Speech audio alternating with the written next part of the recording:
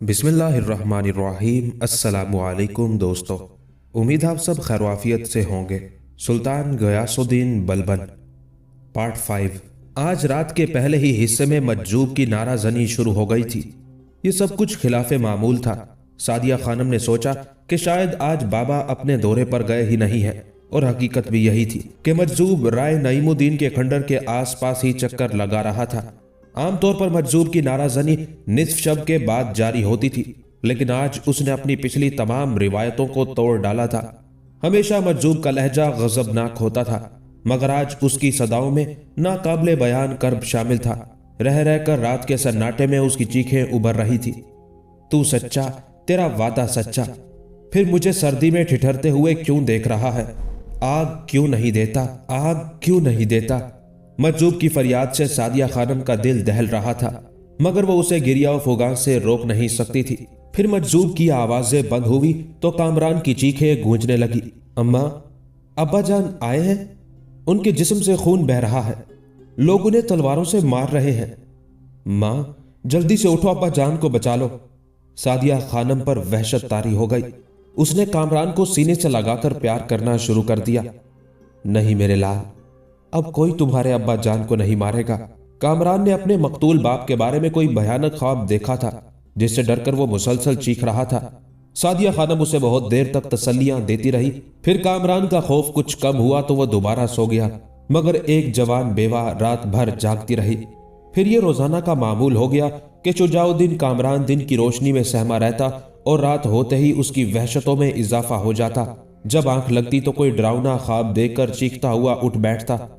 सादिया खानम देर तक अपने बेटे को समझाती रहती और फिर रात के आखिरी हिस्से में कामरान के डरने और जागने का ये अमल खत्म हो जाता। तब कहीं जाकर कुछ देर के लिए सादिया खानम की आंखों में नींद का बसेरा होता। वो बमुश्किल 1-2 घंटे सोती होगी कि करीब की मस्जिद का मुअज्जिन उसे खबरदार कर देता, अल्लाह सबसे बड़ा है। सादिया खानम भी अपने अल्लाह की किबरियाई बयान करने के लिए बिस्तर खाक छोड़ देती और फिर कुछ देर बाद सूरज निकल आता। जीस्त बड़ी बेआरामी में बसर हो रही थी। शोहर की मौत ने सादिया खानम के शबो रोज को वीरान कर दिया था। वो घबराकर कामरान की तरफ पलटती तो वहां एक वहशतज़दा बच्चे के सिवा कुछ नहीं था। अब जिंदगी वीरान तर होकर रह गई थी। इस दौरान वो बेहाल मज्जूब दिन में भी नजर आने लगा था।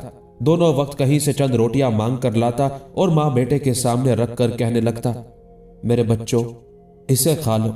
मैं जानता हूं कि ये खुश्क रोटियां और बेमजा सालन तुम्हारे हलक से नहीं उतरता, मगर कभी ऐसा भी होता है।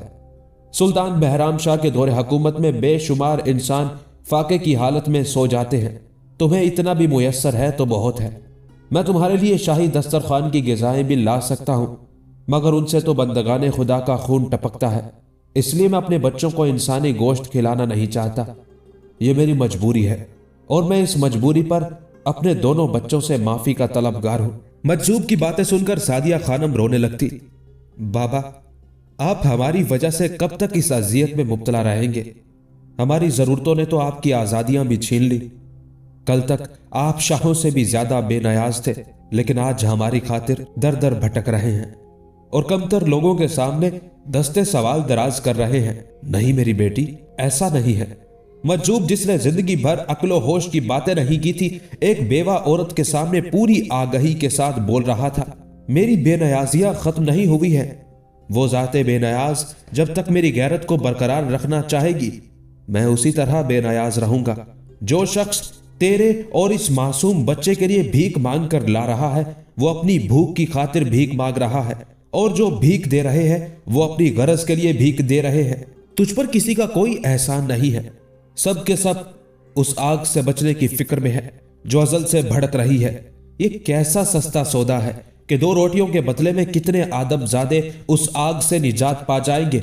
वो आग जिससे बचने के लिए हुक्मरानों की हुकूमतें, सुल्तानों की सल्तनतें, दिनारों दरहम के अंबार और सीमो जर के जखीरे भी कम है।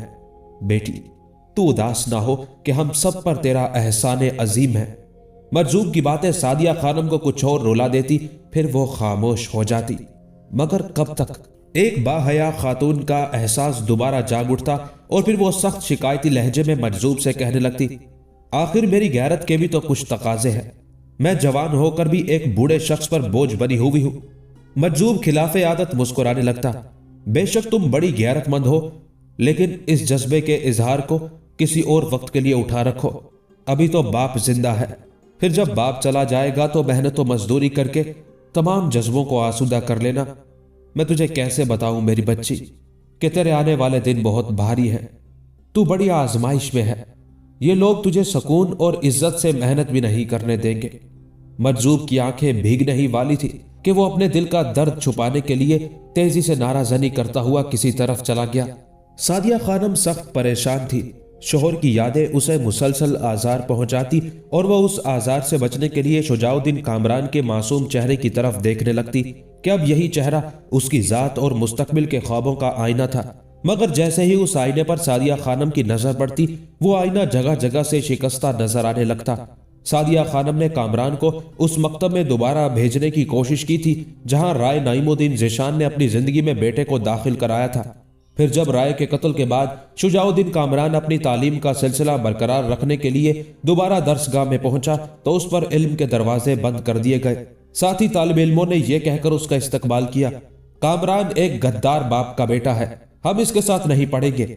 बच्चों का एक मासूमाना एहतजाज था, मगर उसके पसे पर्दा बूढ़ों की खबासत नफ्स मुतहर्रिक नजर आ रही थी। वरना इतनी छोटी उम्र में बच्चों को क्या मालूम होता कि गद्दारी क्या है और एक गद्दार के बेटे के साथ किस तरह सलूक किया जाता है। कामरान अपने साथियों के उस शोर को बर्दाश्त न कर सका और दर्सगाह के दरवाजे ही में खड़े खड़े रोने लगा। उस्ताद के लिए शागिर्द की यह हरकत इंतहाई नापसंदीदा थी। कामरान, तुम अपने घर जाओ, नाफरमानों के बेटे तालीम हासिल नहीं कर सकते। हम उसी बच्चे को इल्म सिखाते हैं जो फर्मा बरदार होने के साथ साथ फर्मा बरदारों की औलाद भी हो। उस्ताद अपने शागिर्द की जहनी सतह से बुलंद बातें कर रहा था। जनाब, मैंने क्या गलती की है? अपने लिए मकतब का दरवाजा बंद होते देखकर शुजाउद्दीन कामरान सिसकने लगा। बस तुम अपने घर जाओ। उस्ताद के पास शागिर्द के सवाल का कोई जवाब नहीं था। कामरान नाकामो नामुराद घर वापस लौट गया। सादिया खानम ने अपने बेटे के आंसू देखकर ही समझ लिया था कि उसकी मौहूम खुशियों का एक और दरवाजा बंद हो गया है। सादिया खानम की जिंदगी अब खून और आंसुओं के दरमियान तकसीम होकर रह गई थी। शोहर के जिस्म से टपकते हुए लहू के कतरों की यादें और बेटे की आंखों से बहते हुए अश्कों की जंजीरें कि अब यही एक बेवा की जिंदगी का सुरमाया था। शाम को मज्जूब रोटी लेकर आया तो सादिया खानम आम दिनों से कुछ ज्यादा ही उदास नजर आ रही थी। मज्जूब का धूप में चला हुआ गर्द आलूद चेहरा धुआं हो गया। जिस्म के पसीने और शाहराओं की धूल में जकड़े हुए बाल कुछ और उलझ गए। जब सादिया खानम ने उसे आज का वाकया सुनाया तो वो दीवानों की तरह हंसने लगा। कुछ दिनों से मज्जूब बहुत संजीदा हो गया था, लेकिन आज अचानक उसकी वही वहशियाना हंसी लौट आई थी। तेरे बेटे को वो इल्म सीखना भी नहीं चाहिए जो शाहों के खौफ से दिमागों में सहम गया हो और हिर्सो हवस के हाथों ने जिसका गला घोंट दिया हो। कुछ दिन बाद लोगों ने देखा कि वो मज्जूब सादिया खानम के घर की चार दीवारी बनाने में कामयाब हो गया था। ये चार दीवारी बड़ी बेतरतीब थी, मगर जानने वाले जानते थे कि मज्जूब कोई बीमार नहीं था। वो एक बेवा औरत और एक मासूम बच्चे की मदद से मुंतशिर पत्थरों को जोड़ रहा था। यहाँ तक कि उसने एक टेढ़ा तिरछा सा कमरा तैयार कर दिया था जिसकी छत पर लकड़ियां डाल दी गई थी। धूप और सर्दी से अमान मिल गई थी, मगर पानी के तेवरों का अंदाजा नहीं था कि अभी बरसात बहुत दूर थी। सादिया खानम ने इस दौरान कई बार मज्जूब से शिकायत की थी कि वो उसकी खातिर अपने नातवां जिस्म को मुसलसल आजार पहुंचा रहा है। मज्जूब ने भी बेनयाजाना अंदाज में अपनी मुंह बोली बेटी को जवाब दे दिया था, जिंदगी तो नाम ही आजार मुसलसल का है और जो लोग इसे आजार नहीं समझते उनके लिए एक बड़ा और दायमी आजाब कब्र में परवरिश पा रहा है। अनकरीब वो अपनी आंखों से देख लेंगे। रोजो शब का काफिला तेजी से गुजरता रहा, यहाँ तक कि सादिया खानम की इद्दत का जमाना भी खत्म हो गया। शदीद जरूरत के तहत तो वो इद्दत के आयाम में भी घर से निकल सकती थी। अब उसे ज्यादा आजादी हासिल थी और वो अपनी उस आजादी को मुआशी वसाइल के हसूल के लिए इस्तेमाल करना चाहती थी। उसी दिन जब रात को मज्जूब रोटी लेकर आया तो सादिया खानम बुरी तरह मचल गई। अब मैं आपको भीख की ये जिल्लत बर्दाश्त नहीं करने दूंगी। कल से आप घर में बैठकर आराम करेंगे और मैं खुद मेहनत और मजदूरी के लिए बाहर निकलूंगी। मज्जूब ने सादिया खानम को मोहब्बत आमेज नजरों से देखा। बेटी, अपना घर तो कब्र है, आज तक किराए की जगह पर बसर होती रही है और इस जाने बेकरार को आराम तो उसी वक्त मिलेगा जब देने वाले की रजा शामिल होगी। मेरी एक बात हमेशा याद रखना कि मैंने तुझे और तेरे बेटे को भीख के टुकड़ों पर नहीं पाला है। अगर किसी से 2 रोटियां मांगी है तो उसे 10 रोटियां वापस भी की है। ये एक बेटी का अपने बाप पर हक था। मैं शर्मिंदा हूं कि तेरा हक अदा ना कर सका। खबर नहीं कि किस लम्हे मौत का कज़ाक जिंदगी के कारवां को लूट ले, इसलिए आज ही मुझे माफ कर दे। कल कौन जाने के चंद अल्फाज अदा करने के लिए अपने होठों को जुम्बिश भी दे सकूं या नहीं। सादिया खानम ने उस अरसे में पहली बार मजजूब को इस कदर दिल गिरफ्ता देखा था और आवाज की रिक्कत लर्जिश को महसूस किया था। बाबा, तुम मुझे कब तक रुलाते रहोगे? सादिया खानम की आंखों के दरिया में एक बार फिर तुगयानी आ गई थी। आंखें तो रोने ही के लिए हैं, अपने गम में छलके या दूसरे की तकलीफ पर बरसे। ये बारिश होती रहे तो अच्छा है, वरना दिल की दुनिया में कहत पड़ जाता है। आज मजजूब के लहजे में वही तपिश लौट आई थी जिसके सबब वो सारी दहली में मशहूर था। आज मैं भी तुम्हारे साथ खाने में शिरकत करूंगा। ये बड़ी अजीब बात थी। सादिया खानम के साथ कामरान भी चौंक उठा। आज भूख बर्दाश्त नहीं हो रही है, मैं तो तुम लोगों से छुपाकर सरे शाम ही कुछ खा लेता हूं। यह कहकर मजजूब उठा, हाथ धोए और फिर उसी जगह आकर बैठ गया। बिस्मिल्लाह करो कि इंसान बड़ा नाशुक्रा है। उसके साथ ही बोसीदा दस्तरखान की तरफ 3 हाथ बढ़े। मजजूब ने चंद लुकमे लेकर अपना हाथ खींच लिया। सादिया खानम सवालिया नजरों से मजजूब की जानिब देखने लगी। मेरी भूख बस इतनी ही है, क्या गिजा और क्या शिकम के तकाजे। तुम्हारी मोहब्बतों में शरीक होना था सो हो गया। फिर जब एक बेवा औरत और एक यतीम बच्चा खाना खा चुके तो मजजूब सादिया खानम से मुखातिब हुआ। इंसानी फितरत है कि वो खो जाने वाली चीजों को याद करके रोता है। तुम कुछ दिन पहले अपनी अजीज तरीन शय खो चुकी हो। अगर कल कुछ और खो जाए तो इस कदर गम न करना कि मुनकरीन की सफ में खड़ी नजर आओ। बाबा, आज आप ये कैसी बातें कर रहे हैं? सादिया खानम एक बार फिर चौंक उठी थी। पागलों के साज की कोई लय नहीं होती है, वो जिस तरह चाहते हैं राग छेड़ देते हैं। यकयक मजजूब का कहकहा गूंजा, फिर यह कहकहा दम बदम तेज होता चला गया। सादिया खानम और कामरान अपने अजनबी सरपरस्त को हैरत से देखने लगे। फिर जब उनकी हैरत खौफ में तब्दील होने लगी तो मजजूब का कहकहा बंद हो गया। तुम लोगों ने कई माह से मेरी हंसी को असीर कर रखा था, आज हंसना चाहता हूं तो हंसने नहीं देते। बाबा, मैं बहुत शर्मसार हूं। सादिया खानम को शायद अपनी गुस्ताखी का एहसास हो गया था। नहीं नहीं, तुझे निदामत क्यों? तूने क्या किया है? मैं ही दीवाना हो गया हूं। अचानक मजजूब बहुत ज्यादा उदास नजर आने लगा था। क्या करूं, जबान रुकती ही नहीं। जो कुछ कहना चाहता हूं कहा नहीं जाता और जो कुछ देख रहा हूं देखा नहीं जाता। शिद्दत कर्ब में मजजूब ने दोनों हाथों से अपने बालों को जकड़ लिया था। सादिया खानम और कामरान घबरा कर खड़े हो गए। उनके ख्याल में मजजूब किसी अंदरूनी तकलीफ से दो चार था। बाबा, आपकी तबीयत तो ठीक है? अब की बार शुजाउद्दीन कामरान सहमी हुई आवाज में बोला था। बैठ जाओ मेरे बच्चों, मैं बिल्कुल ठीक हूं। मजजूब फौरन ही संभल गया था। कभी कभी होश का दौरा पड़ता है, आज उसी दौरे के जेर असर हूं। मगर तुम परेशान ना हो, वक्त की लहर है, डूब जाएगी। यह कहकर मजजूब खामोश हो गया और जमीन पर अपनी उंगली से बेतरतीब लकीरें खींचने लगा। राय नाइमुद्दीन जिशान के खंडर की नौ तामीर कमरे की फिजा साकित थी। फिर उस सकूत को मजजूब की तेज आवाज ने तोड़ दिया। इस दुनिया ने तुझे कुफर की तरफ लौटाने में कोई कसर नहीं छोड़ी है। यह कहते कहते मजजूब खड़ा हो गया। वो सादिया खानम से मुखातिब हुआ। अभी ये दुनिया तुझ पर और भी सितम तोड़ेगी, मगर तू इसी तरह साबित कदम रहना।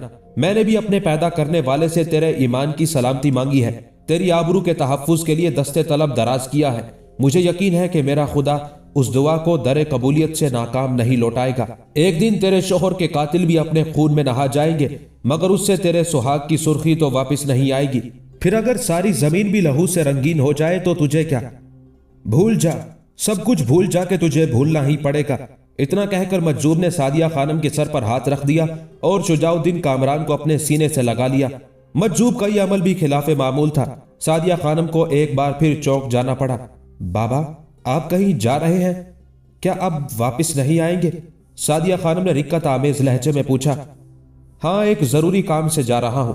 मजजूब ने कामरान को अपनी आगोश से जुदा किया और सादिया खानम के सर से हाथ खींचते हुए कहा, शाह ने बुलाया है, कम से कम ये फकीर हाजिर होकर तो देखे कि उसका दरबार कैसा है। मजजूब ने कहा और तेजी से बाहर निकल गया। माँ और बेटा दोनों गम अंगेज सकूत के आलम में देखते रह गए। माँ, क्या फकीर बाबा भी चले गए? मजजूब के जाते ही कामरान ने सादिया खानम से सवाल किया। अदब से नाम लो, वो फकीर नहीं है, सिर्फ बाबा कहकर पुकारो। सादिया खानम ने तल्ख लहजे में बेटे को समझाते हुए कहा, उन्होंने तो खुद कहा है कि वो भीख मांगकर हमारे लिए रोटी लाते हैं। कुछ न समझने के बावजूद भी कामरान अपनी बात के जवाब में एक माकूल दलील पेश कर रहा था। ठीक है, तुम अब जाकर सो जाओ। सादिया खानम ने बेटे के मजीद सवालात से बचने के लिए कहा। वह उसे क्या समझाती कि बाबा ने किस के लिए भीख मांगी है। हल्की सी लर्जिश के बाद कामरान तो खाक के बिस्तर पर लेट कर सो गया, मगर सादिया खानम मुसलसल जाग रही थी। उसका दिल तेजी से धड़क रहा था और जहन पर वहशत सी तारी थी। मजजूब ने आज लहजा बदलकर बड़ी बेरब्त बातें की थी, लेकिन कहीं कहीं ये बेजोड़ अल्फाज अपना मफहूम जाहिर कर रहे थे, ऐसा मफहूम जिसके पीछे हादसात की तेज चाप सुनाई देती थी। खुदा खैर करे। ये कलमात कई बार उसकी जबान से अदा हुए, मगर वहशत व इस्तराब में कोई कमी वाक़ई नहीं हुई। सादिया खानम का ख्याल था कि गुज़िश्ता कई माह की तरह बाबा आज भी शब के इब्तदाई हिस्से में लौट आएंगे और फिर किसी पहरेदार की तरह रात भर नाराजनी करते रहेंगे। तन्हा औरत होने के सबब बाबा की ये मौजूदगी बड़ी गनीमत थी। उनकी वजह से वो कुछ देर चैन की नींद सो लेती थी, वरना रात भर यही धड़का लगा रहता था कि कहीं तारीकी में कोई सरकारी हरकारा आ जाए और उसकी इज्जत व आबरू के लाले पड़ जाएं। अगरचे बाबा एक कमजोर मर्द थे, लेकिन बहरहाल मोहब्बत करने वाले मर्द थे। उनके होते हुए ढारस सी बंधी रहती थी, मगर आज यूं महसूस हो रहा था जैसे वो नाकाम सहारा भी छीन जाने वाला है। सादिया खानम बहुत देर तक नमाज पढ़कर दुआएं करती रही और फिर बिस्तर पर दराज होकर बाबा का इंतजार करने लगी। बाबा सरे शाम निकल जाने के बाद दोबारा अंदर दाखिल नहीं होते थे। बस करबो जवार में उनके फलक शिगाफ नारे गूंजते रहते थे, यहां तक कि फजर की आजान हो जाती थी और इंसानी सरों पर मुसल्लत रहने वाला रात के अंधेरों का खौफ टल जाता था। फिर हस्बे मामूल निस्फ शब के करीब मजजूब की आवाज गूंजी, ऐ रांदाए दरगाह, कुत्ते भी तुझसे ज्यादा वफादार और मोतबर हैं। तू उनकी कतार में शामिल होकर देख, वो भी तुझे कबूल नहीं करेंगे। आज मजजूब का नारा बड़ा अजीब था। सादिया खानम उठकर बैठ गई। तुमने अपने दरवाजे बंद कर लिए और हड्डियों का एक ढांचा सर्दी से ठिठर कर मर गया। मजबूरियों के खून से जमीन को सींचा और इक्तदार की फसल उगाकर बदमस्त हो गए।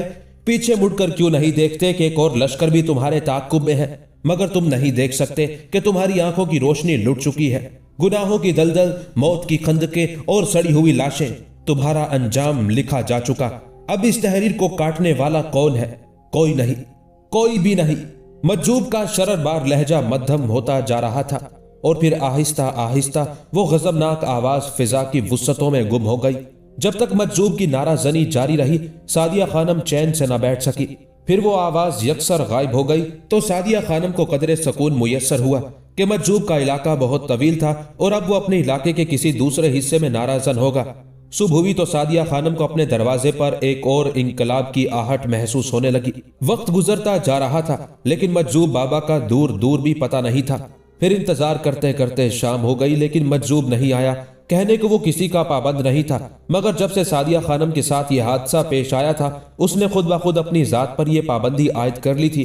एक बेवा और एक यतीम बच्चे के लिए 2 वक्त खाना फराहम करना और फिर खंडर से कुछ ईंटें चुनकर माँ बेटे के लिए एक कमरा बना देना, ये सारी जिम्मेदारियां मजजूब ने अपने आप कबूल की थी। उसे उन कामों पर उकसाने वाला कोई दूसरा नहीं था, और हो भी कौन सकता था कि जिसने शाहों की बात ना मानी हो वो एक बेवा औरत से क्या मरूब होता। ये तो उसके अंदर का इंसान था जो एक बेसहारा औरत और एक लावारिस बच्चे के गमों को तकसीम करने आ गया था। सादिया खानम सोच रही थी कि शायद बाबा का काम खत्म हो गया, इसलिए वो कहीं और चले गए। फिर भी ये सब क्या साराइयां थी। सादिया खानम को अभी मजजूब बाबा का इंतजार करना था, आधी रात तक, और फिर आधी रात गुजर जाने के बाद तक। पूरा दिन फाके से गुजरा था कि कल तक रोटी की फराहमी बाबा के जिम्मे थी। अगर सादिया खानम बाबा का इंतजार ना करती तो फिर यह मुमकिन था कि वो पहली बार घर की 4 दीवारी से निकलकर जाती मेहनत और मुशक्कत से चंद रोटियां हासिल करती और बेटे के साथ अपनी भूख का भी इंतजाम करती, मगर ऐसा ना हो सका। बाबा का इंतजार लाजिम था और उस इंतजार पर पेट की कुर्बानी दी जा सकती थी। शाम गुजरी तो रात का आगाज हो गया। अभी मजजूब बाबा के आने का वक्त था, इसलिए माँ बेटे की आंखों में जलने वाली शम्मा भी अब तक नहीं बुझी थी। उसकी रोशनी में वही तवानाई थी जो किसी आने वाले का पता देती रहती है। फिर इंतजार का यह मरहला निस्फ शब के सन्नाटे तक पहुंच गया। इस दौरान इंतजार की तवील मुसाफत से थक कर कामरान भूखा ही सो गया था, मगर सादिया खानम जाग रही थी कि मजजूब के तलू होने का सही वक्त निस्फ शब के बाद ही शुरू होता था। फिर निस्फ शब भी गुजर गई, लेकिन मजजूब बाबा का ना कोई अक्स उभरा और ना उनके कदमों की कोई चाप सुनाई दी। वो बड़ा अजीब शख्स था। उसकी आमद तो बहुत पुरशोर होती थी, और अगर 20 गलियां पहले कदम रखता तो आखिरी गली के लोगों को भी मालूम हो जाता कि आने वाला आ गया है। अब सादिया खानम को यकीन हो चला था कि बाबा उससे खफा होकर ये इलाका ही छोड़ गए हैं। जब जहन में एक वसवसा पैदा हुआ तो फिर बहुत से अंदेशे सर उभारने लगे। सादिया खानम को गुज़िश्ता शब की कई बातें याद आने लगी। बाबा के एक एक लफ्ज से जाहिर हो रहा था जैसे वो अनकरीब बिछड़ जाने वाले हैं। बिछड़ने वाले ही ऐसी बातें करते हैं जिन पर नसीहत और वसीयत का गुमान होता है। कल रात मजजूब बाबा भी उसी किस्म की गुफ्तगू कर रहे थे। सादिया खानम उससे ज्यादा ना सोच सकी। यकायक उसके जिस्म पर लर्जा सा तारी हो गया और एक बार फिर खौफ और दहशत की यलगार ने उसके दिलो दिमाग को वहशत ज़दा बना दिया। वो रात भर खुदा से दुआएं करती रही कि उसके बाबा तमाम आफात और हादसात से महफूज रहे, और अगर वो रूठ कर गए हैं तो एक बार उनके कदमों को इस तरफ मोड़ दे कि वो उनसे अपनी गलतियों की माफी मांग सके। लेकिन सादिया खानम की सारी दुआएं रायगा गई। मजजूब बाबा को ना आना था और ना वो आए, यहाँ तक कि सुबह हो गई। मासूम कामरान का भूख के मारे बुरा हाल था। बचपन हालात के तकाजों को नहीं समझता, वो बस अपनी ख्वाहिशात की तकमील चाहता है। जब रोटी नहीं मिली तो माँ पर बिगड़ने लगा। फिर मजजूब की जात भी उसकी झुंझुलाहट का निशाना बन गई। कल से गायब है, उन्हें पता ही नहीं कि हमने 2 वक्त से रोटी नहीं खाई है। अगर आज मेरे बाप जिंदा होते तो मैं इस तरह भूखा ना रहता। जरा सी ठेस लगते ही माजी के जख्म खून देने लगे थे। खामोश हो जाओ कामरान, सादिया खानम ने बेटे को डांटते हुए कहा। तुम्हें अपनी रोटी की फिक्र है और बाबा का ख्याल नहीं कि उन पर क्या गुजर रही है। वो बीमार भी तो हो सकते हैं। अगर बीमार हैं तो यहाँ क्यों नहीं आ जाते, मैं उन्हें दवा पिलाऊंगा। माँ ने बाबा की गैर हाजिरी का जवाब पेश किया तो कामरान अपने शिकम की आग को भूल गया और मजजूब का इंतजार करने लगा। लेकिन जाने वाले जाने ही के लिए होते हैं, अगर उन्हें आना होता तो फिर जाते ही नहीं। चारों तरफ दिन का उजाला फैल गया मगर मजजूब की कोई खबर नहीं मिली। अब सादिया खानम की कुव्वत बर्दाश्त जवाब दे चुकी थी। उसने बुरका के अंदाज में चादर सर पर डाली। कामरान खामोशी से माँ के तर्ज अमल को देख रहा था। जब सादिया खानम बाहर जाने के लिए तैयार हो गई तो उसने बेटे को मुखातिब करते हुए कहा, कामरान मेरे साथ चलो, यकीनन कोई खास बात है जो बाबा अब तक नहीं आए। आप कहाँ जाएंगी? कामरान ने हैरत से सवाल किया। आपको बाबा का मकान मालूम है? नहीं, सादिया खानम ने जवाबन कहा। मैं बेखबर सही मगर दूसरे मोहल्ले वालों से तो पूछा जा सकता है। बेशुमार लोग उनसे वाकिफ हैं, कोई ना कोई जरूर पता बता देगा। अभी सादिया खानम ने घर से बाहर कदम नहीं निकाला था कि अचानक दरवाजे पर दस्तक हुई। सादिया खानम ने कामरान को इशारा किया कि वो बाहर जाकर देखे और आने वाले के बारे में दरियाफ्त करे कि वो कौन है और क्या चाहता है। कामरान बाहर निकला तो उसने एक तवील कामत शख्स को अपने दरवाजे के सामने खड़ा देखा। आप कौन हैं और किससे मिलना चाहते हैं? कामरान ने आने वाले से इस तरह दरियाफ्त किया कि उसके लहजे से शाइस्तगी जाहिर हो रही थी। बेटे तुम मुझे नहीं जानते, अजनबी शख्स ने बड़ी मोहब्बत से कहा। इस दौरान सादिया खानम भी दरवाजे के पीछे आकर खड़ी हो गई थी। क्या राय नईमुद्दीन ज़ीशान का यही मकान है और क्या तुम ही उनके बेटे शुजाउद्दीन कामरान हो? अजनबी शख्स ने इस तरह गुफ्तगू का आगाज किया जैसे वो घर के तमाम अफराद से बाखूबी वाकिफ हो। सादिया खानम उस शख्स की गुफ्तगू सुनकर चौंक उठी थी और उसका तेजी से गर्दिश करता हुआ जहन किसी नए हादसे के बारे में सोच रहा था। इससे पहले कि कामरान अजनबी के सवालात का जवाब देता, सादिया खानम खुद ही पर्दे के पीछे से बोल पड़ी। हाँ, यही राय मरहूम का मकान है और आप जिस बच्चे से गुफ्तगू कर रहे हैं यह उन्हीं का बेटा है। सादिया खानम ने इंतहाई खुश्क लहजे में कहा। यह वही लहजा था जिसके मुतालिक इस्लाम ने वाज़े हुक्म दिया है कि मुस्लिम खवातीन नामहरम मर्दों से कलाम करते वक्त अपने लहजे को सख्त कर लिया करें ताकि उनके सीनों में छुपा हुआ शैतान बेदार ना हो सके। अजनबी शख्स चंद लम्हों तक खामोश रहा, फिर उसने आहिस्ता से पूछा, माफ कीजिएगा, आप ही सादिया खानम हैं? जी हाँ, मगर आप अपने इन सवालात का मकसद तो बताइए। सादिया खानम के लहजे में कुछ और सख्ती आ गई थी। माजरत का हूं बहन कि यह सवालात बहुत जरूरी थे। अजनबी के अल्फाज से शदीद निदामत का इजहार हो रहा था। मामला ही कुछ ऐसा है कि जब तक मैं पूरी तसल्ली ना कर लूं उस वक्त तक यह अमानत मुंतकिल नहीं कर सकता। आप तो जानती है कि अमानत का बारे गिरा क्या होता है और अमीन की जिम्मेदारियां क्या होती है। यही वजह है कि मुझे एक एक बात तफसील से मालूम करनी पड़ रही है। अगर मेरे इस अमल से आपको तकलीफ पहुंची है तो मुझे माफ कर दे। आपकी बातें अब भी उलझी हुई है, सादिया खानम ने कहा। मैं अब तक नहीं जान सकी कि वो अमानत क्या है और उसका मुझसे क्या ताल्लुक है। आप मजजूब बाबा से तो वाकिफ होंगी? अजनबी ने नया सवाल किया। बाबा का नाम सुनकर एक लम्हे के लिए सादिया खानम लरस गई और उसका जहन अंदेशों से भर गया। फिर बामुश्किल अपने इस तरह पर काबू पाते हुए सादिया खानम ने कहा, अगर एक बेटी अपने बाप से वाकिफ नहीं होगी तो फिर कौन होगा? बाबा कहाँ है और कैसे है? सादिया खानम इंतहाई कोशिश के बावजूद अपनी परेशानी को एक अजनबी शख्स से पोशीदा ना रख सकी। सादिया खानम अजनबी के जवाब की मुंतजिर थी मगर वहां एक गहरा सकूत तारी था। आप बताते क्यों नहीं कि बाबा किस हाल में है? सादिया खानम के लहजे की सख्ती में अब किसी कदर गुस्सा भी शामिल हो गया था। अब वो इस दुनिया में नहीं रहे। सादिया खानम ने महसूस कर लिया था कि अजनबी की आवाज कांप रही है। क्या बाबा, आखिर तुम कहना क्या चाहते हो? सादिया खानम बदहवास हो गई थी और उसे अपनी समात पर शक होने लगा था। जिस तरह यह खबर आपको रुला गई है, इसी तरह मेरी आंखों को भी अश्कबार कर सकती है। अब अजनबी के लहजे की रिक्कत साफ नुमाया हो गई थी। अगर वो आपके लिए बाबा की हैसियत रखते थे तो मैं भी उन्हें बाप का दर्जा देता था। इस वारदात गम का मुख्तसर बयान यह है कि हम दोनों यतीम हो गए। ये कब हुआ और कैसे हुआ? सादिया खानम ने अपने आप को संभालने के लिए दीवार का सहारा लिया। अंदर आ जाओ, फिर मुझे तफसील से बताओ कि मेरे बाबा पर क्या गुजरी। आओ अंदर आ जाओ, बाबा के रिश्ते से तुम भी मेरे भाई हो। सोगवार अजनबी झिझकते कदमों से कमरे के अंदर आ गया। सादिया खानम एक गोशे में खड़ी हो गई। बैठ जाओ कि ये फर्श खाक ही हमारा बिस्तर है। मुझे बाबा सब कुछ बता चुके हैं, अजनबी ने खड़े खड़े कहा। मैं किसी हद तक आपके गमों से वाकिफ हूं, लेकिन ज्यादा देर ठहर नहीं सकता। बस एक अमानत है जिसे आप तक पहुंचाने आया हूं। यह कहकर अजनबी ने अपने पैराहन की जेब से एक लिपटा हुआ कपड़ा निकाला और कामरान की तरफ बढ़ाते हुए कहा, बेटे ये अपनी वालदा को दे दो। जैसे ही कामरान ने अजनबी से वो कपड़ा लेने के लिए हाथ बढ़ाया, सादिया खानम दरमियान ही में बोल उठी, इसमें क्या है? कुछ अशरफिया है जिनके मुतालिक बाबा का हुक्म है कि उन्हें आप अपने इस्तेमाल में लाएं। अजनबी ने मुख्तसर सी वजाहत की और खामोश हो गया। आपको बाबा की जाहिरी हालत और इन अशरफियों की मौजूदगी पर हैरत हो रही होगी। अजनबी शख्स ने सादिया खानम के उस सवाल का जवाब देते हुए कहा जो अभी जबान तक नहीं आया लेकिन आंखों से आया था। हाँ मुझे हैरत हो रही है, सादिया खानम ने इंतहाई गमजदा लहजे में कहा। यह राज मेरे सिवा शायद ही कोई दूसरा शख्स जानता होगा कि बाबा का ताल्लुक तबरेज के शाही खानदान से था। वो ऐन आलम जवानी में तमाम ऐशो निशात को ठुकरा कर दहली चले गए थे। फिर भी बाबा के अजीज उन्हें किसी न किसी शख्स के हाथ नकद रकम भेजते रहते थे। इसके अलावा दहली के उमरा भी बाबा को कीमती नजराने पेश करते थे। सारा शहर जानता है कि बाबा एक मुस्तजाब दावत बुजुर्ग थे। उनकी दुआओं से यहाँ के बेशुमार लोग फैज़याब हुए हैं, मगर बाबा ने एक तिनका भी अपने पास नहीं रहने दिया। जो आया बेदरेग लुटा दिया।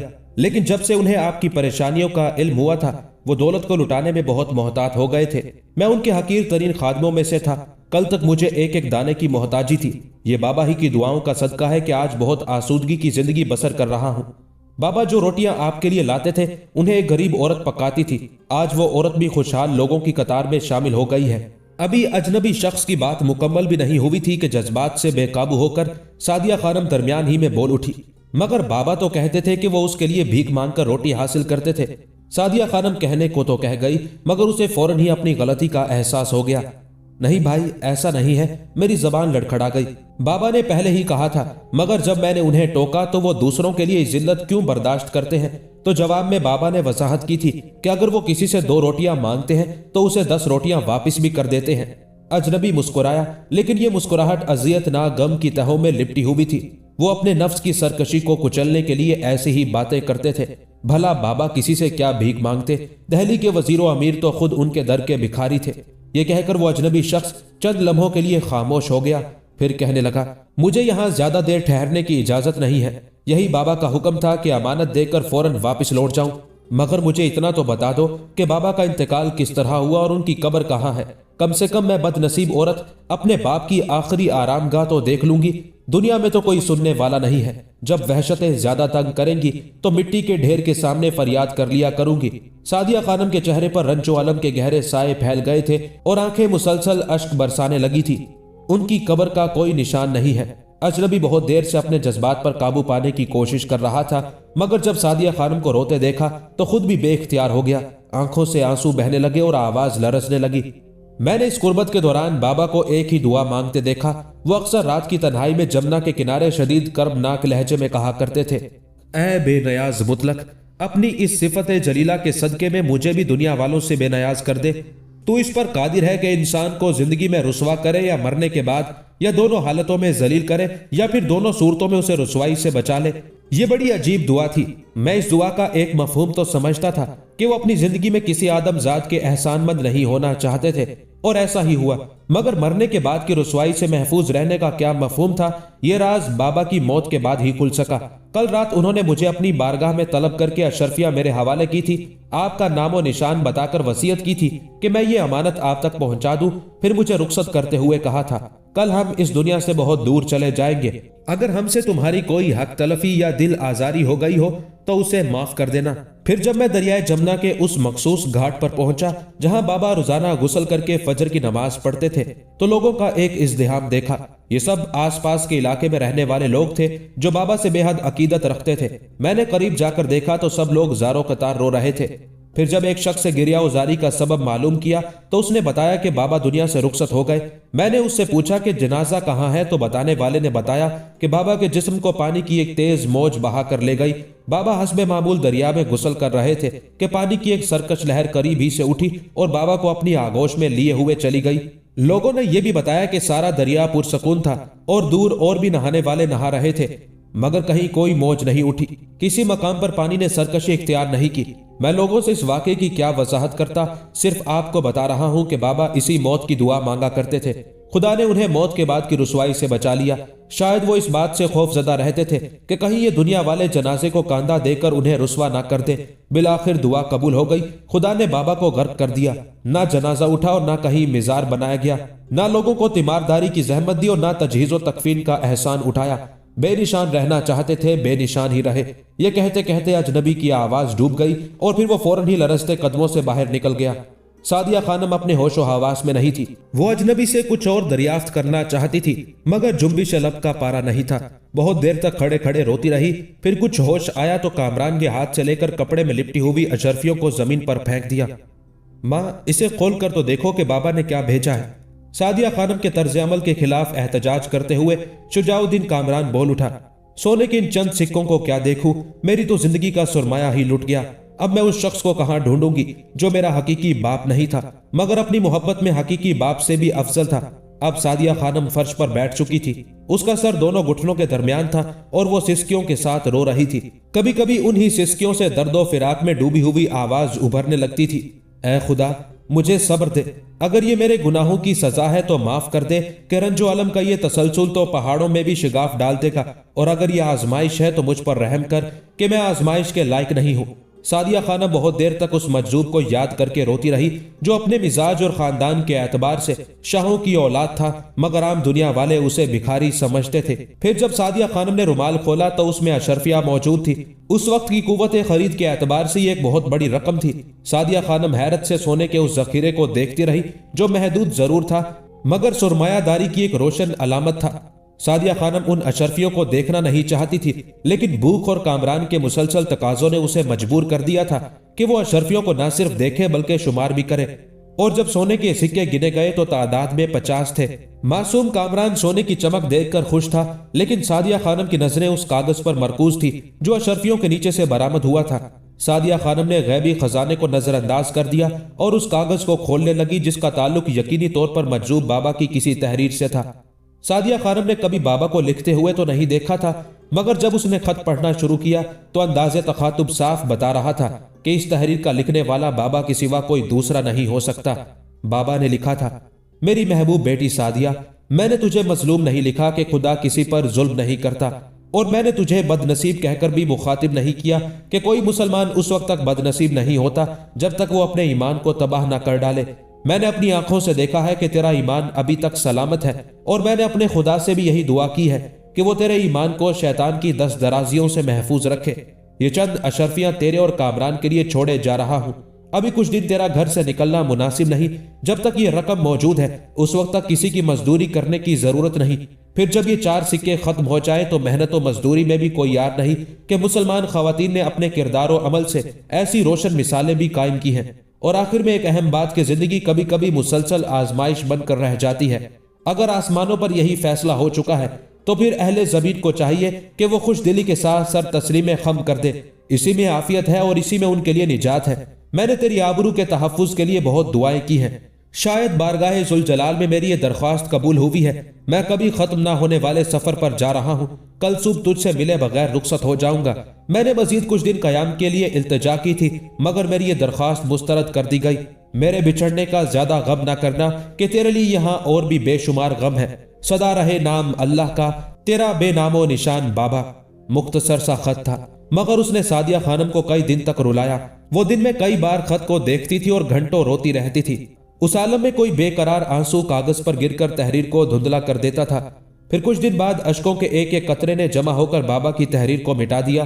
अब सादिया खानम के हाथों में एक नम आलूद कागज था जिस पर हर तरफ स्याही के धब्बे फैल गए थे।